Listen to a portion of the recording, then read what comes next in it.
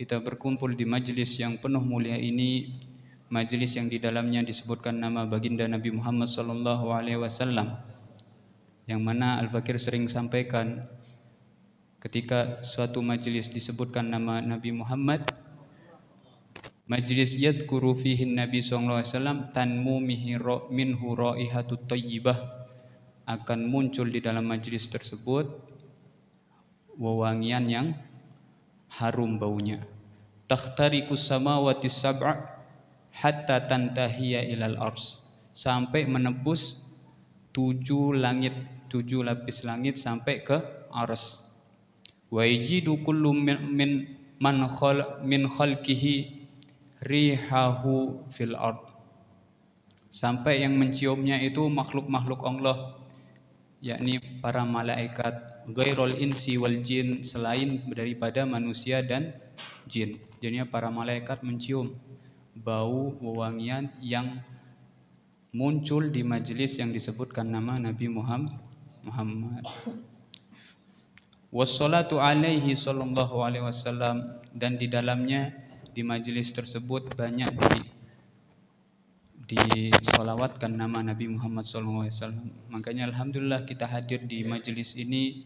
Alhamdulillah kita dapat perhatian dari Allah, dapat perhatian dari Rasulullah, dapat perhatian dari para malaikat Allah. Tak lupa pula alhamdulillah kita diberikan rezeki panjang umur sampai mendapati bulan Sya'ban.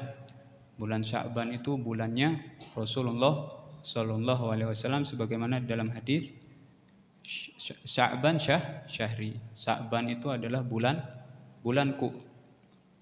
Kenapa bulanku? Karena di dalamnya juga diturunkan ayat Innallaha wa malaikatahu yusalluna 'alan nabi ya ayyuhalladzina amanu sallu 'alaihi wa sallimu taslima. Perintah sholawat untuk nabi.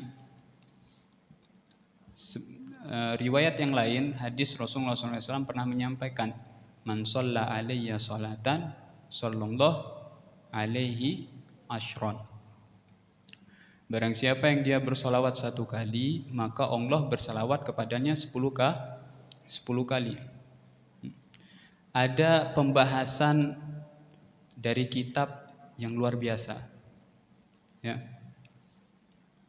tentang masalah Allah bersalawat kepada hambanya 10 kali bagi orang yang solawat ke Nabi Muhammad 1 kali.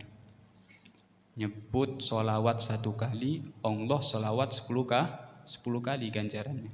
Yang mana ulama mengatakan seandainya satu solawatnya Allah kepada hambanya itu cukup, walaupun sepanjang hidupnya cuma dapat 1 solawat dari Allah kepada dia, cukup sudah. Ini antum sekali solawat dibalas 10 kali.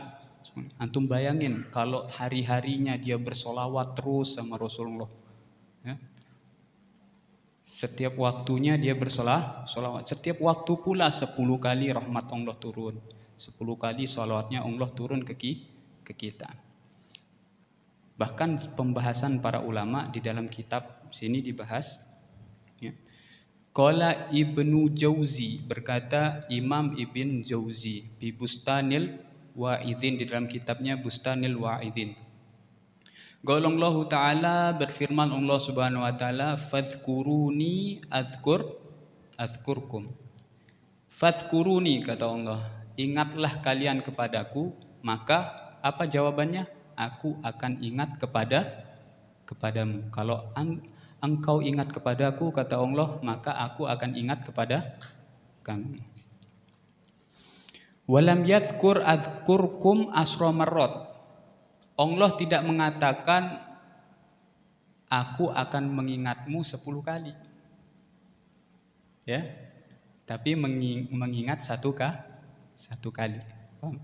Antum ingat aku 1 kali, maka aku akan mengingatmu. Enggak bilang 10 kali. Paham sampai sini, ya? Wa qala ta'ala jalla wa ala wa ma atakum rasul fakhuduhu wa ma nahakum anhu fantahu. Apa-apa yang datang daripada kalian Rasulullah SAW, apa-apa yang dibawa oleh Rasulullah SAW, fakhuduhu, maka kalian ambil. Wa ma nahakum anhu fantahu, dan apa yang telah dilarang oleh Rasulullah SAW maka hindari. Sedangkan Rasulullah SAW bersabda, man shalla alayya marrah sallallahu alaihi asron. Ya. Barang siapa yang dia sholawat kepadaku 1 kali, Allah bakal sholawat 10 kali. Ya. Berarti ini benar-benar yang dibawa oleh Rasulullah, dan kita harus yakini, paham ya? Faka'anna Allah subhanahu wa ta'ala yaqul, seakan-akan Allah mengatakan seperti ini, abdi, wahai hambaku, idza athnaita alayya marrah, jika kalian memujiku 1 kali, athnaitu alaika marrah, aku akan memujimu 1 kali. Wa idza athnaita ala habibi, dan jika engkau memuji kepada habibi, kekasihku Rasulullah sallallahu alaihi wasallam, 1 kali, athnaitu alaika asron, maka aku akan memujimu 10 kali. Ini makomnya Rasulullah sallallahu alaihi wasallam begitu tinggi, paham ya? Sampai-sampai ketika kita mengingatnya saja Allah akan menurunkan rahmat 10 kali, paham ya? Begitu luar biasa. Makanya mumpung di bulan Sya'ban, ya, kita banyak-banyak bersolawat atas Nabi Muhammad SAW.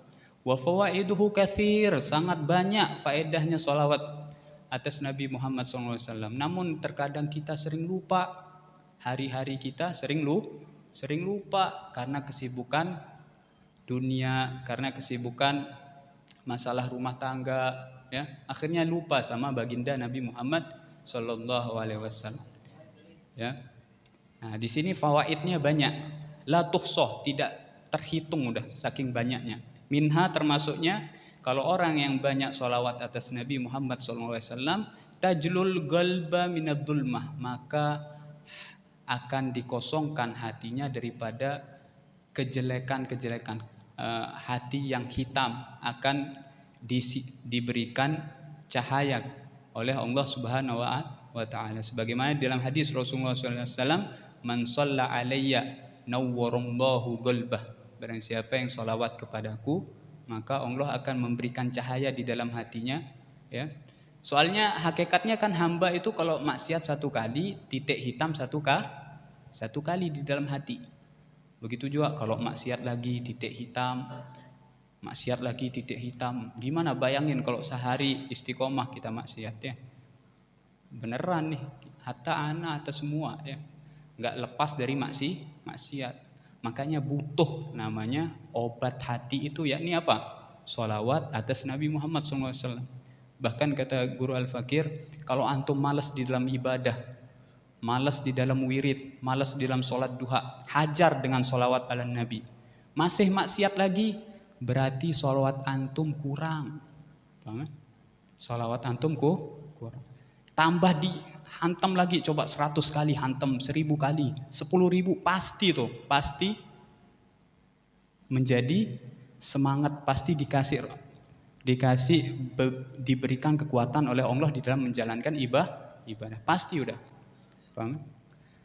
Karena antum bayangin 1 kali sholawat atas Nabi 10 kali rahmat. Apalagi sholawat sampai 1000, 10.000, ya pasti hati gimana pun kasarnya, gimana pun kerasnya, gimana pun hitamnya, kalau udah dihajar sama sholawat atas Nabi, udah pasti nawar, pasti akan bercahaya. Begitu juga kalau nih santri-santri, kalau lagi males, jangan diikutin, hajar aja sama sholawat, paham ya? Soalnya antum bakalan bawa bekal dari sini untuk di kemudian hari. Tanggung jawab antum besar. Gunakan waktu semestinya mungkin. Sebagaimana dalam hadis Rasulullah SAW, singkat saja, Al-Fakir tutup dengan 1 hadis, ya, yang diriwayatkan oleh Rasulullah SAW. Arbaun, 4 perkara, ya. Laukana fika ma fata la yadurronna ka ma fata minka minad dunya. Seandainya 4 perkara ini ada pada dirimu, kata Rasulullah SAW, Jika dunia dan isinya antum tidak dapati, misalkan kita dunianya biasa-biasa saja, tidak masalah. Antum bakalan selamat. Antum bakalan hidup tentram. Nggak masalah. Bakalan selamat. Hidupnya enak, tentram. 4 perkara ini. Insya Allah kita bisa mengamalkan 4 perkara ini. Ya.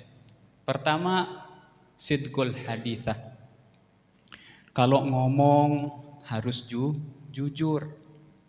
Kalau ngomong harus jujur. Ngomong apa adanya. Jangan gara-gara harta, jangan gara-gara tahta, jangan gara-gara jabatan sampai kita melupakan Allah, akhirnya kita berdusta. Ya. Pernah dikisahkan ya, kisahnya Abu Nawas dulu. Ya, Abu Nawas termasuk orang soleh. Orang soleh. Abu Nawas ini pernah bercerita dulu. Diceritakan Abu Nawas ini ingin menguji di daerahnya ini apakah masih banyak orang yang berbohong atau tidak. Akhirnya beliau keluar dari tengah-tengah jalan, disaksikan oleh orang, dia buka tab kopiahnya, dia lihat kopiahnya, dia teriak bilang, Masya Allah, ada surga di dalam kopiah ana. Ada bidadari, ada haud. Masya Allah, sambil ngelihat kopiah, sambil terkesima. Akhirnya orang-orang penasaran. Wahai Abu Nawas, ana pengen lihat dong surganya. Masa ada surga di dalam kopiah? Hanya ketika mau dikasih, Abu Nawas bilang, bentar dulu, yang bisa lihat hanya orang soleh. Yang bisa lihat hanya orang soleh. Hanya benar digilir tuh satu-satu. Gak ada yang bisa lihat. Akhirnya ada satu pembesar kampung di daerah sana, kalau dia nggak bisa lihat, anak dicap orang yang nggak soleh, bakalan kabur nanti pengikut anak.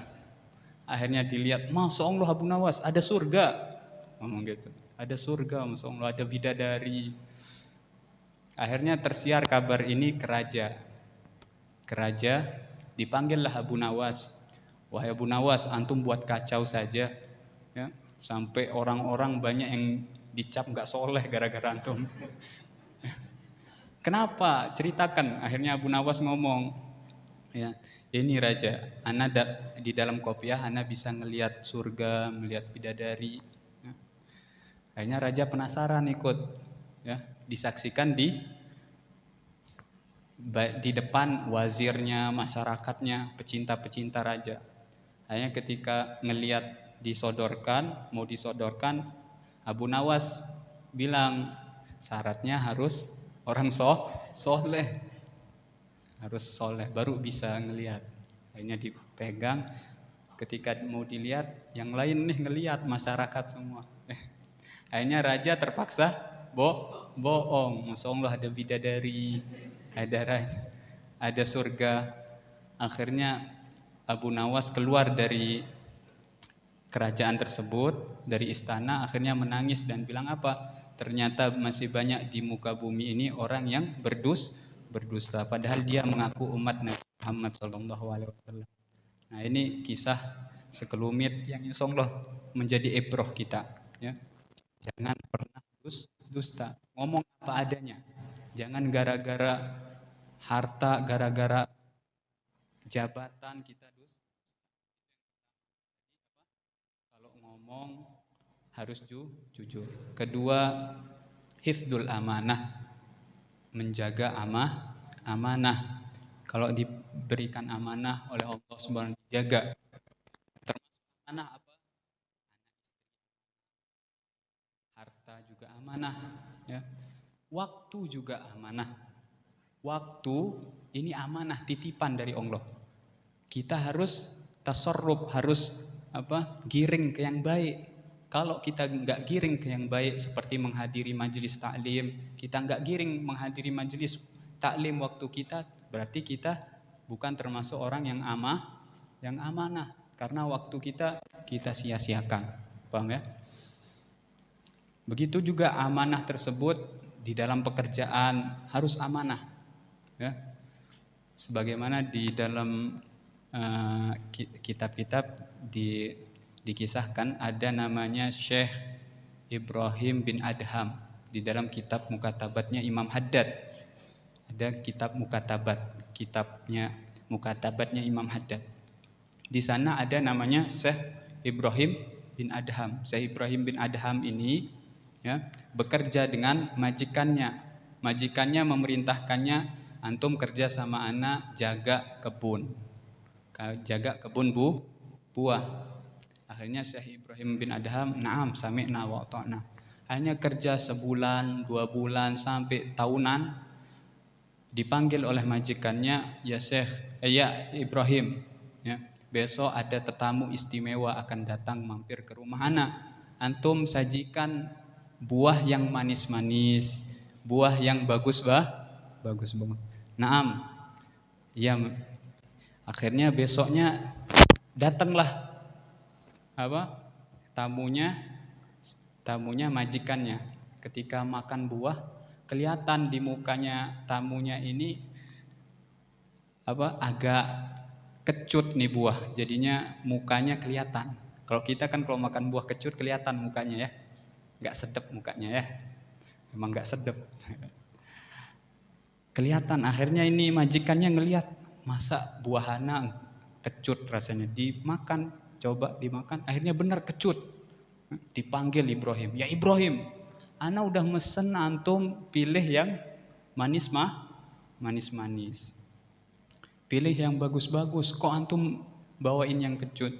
Akhirnya Ibrahim ngomong, Syekh Ibrahim bin Adham, wallahi demi Allah, selama ana bertahun-tahun kerja sama antum nyuruh ana cuma jaga, enggak nyuruh nyicipin. Jadinya ana enggak tahu rasanya, mohon maaf kalau sampai kecut. Sampai kalau ada yang jatuh, ana enggak berani ambil, paham ya? Enggak berani Ini waroknya Syekh Ibrahim bin Adham. Sampai bertahun-tahun menjaga, cuma tugasnya menjaga, enggak sampai nyicipin. Coba balikan ke kita. Umpamanya jangan jauh-jauh, warung misalkan, umpamanya disuruh jaga warung. Nanti dikit-dikit ciki hilang. Ya. Ciki hilang, rokok hilang ya. Snack hilang, paham ya? Nah, itu waroknya salafun saleh. Kedua apa tadi? Hifdzul amanah, menjaga amanah, termasuk waktu-waktu amanah juga. Ini santri ya, dipergunakan waktu tersebut. Ketiga itu husnul khuluq ya, akhlak yang baik, wajhun tolak, kalau muka harus ceria, di depan orang harus banyak senyum ya, indah dilihat, perangainya indah, sama orang tua masya Allah akhlak ya, sama orang akhlak ya, pokoknya indah perangainya. Keempat terakhir iffatut tu'mah. Iffatut tu'mah ini menjaga daripada makanan-makanan haram ya. Menjaga makanan-makanan haram ya. Walaupun subhat kita hindari, kalau ada makanan subhat kita hindari sudah. Paham ya? Makanan subhat, umpamanya misalkan ada makanan tiba-tiba di piring umpamanya ya. Banyak temen, kayaknya zen nih. Akhirnya dimakan langsung ya. Temennya, maaf ana makan tadi. Oh enggak apa-apa, tapi hatinya udah gerutu. Nah, ini enggak boleh. Paham ya? Enggak boleh, kita hindari makanan-makanan subhat. Paham ya?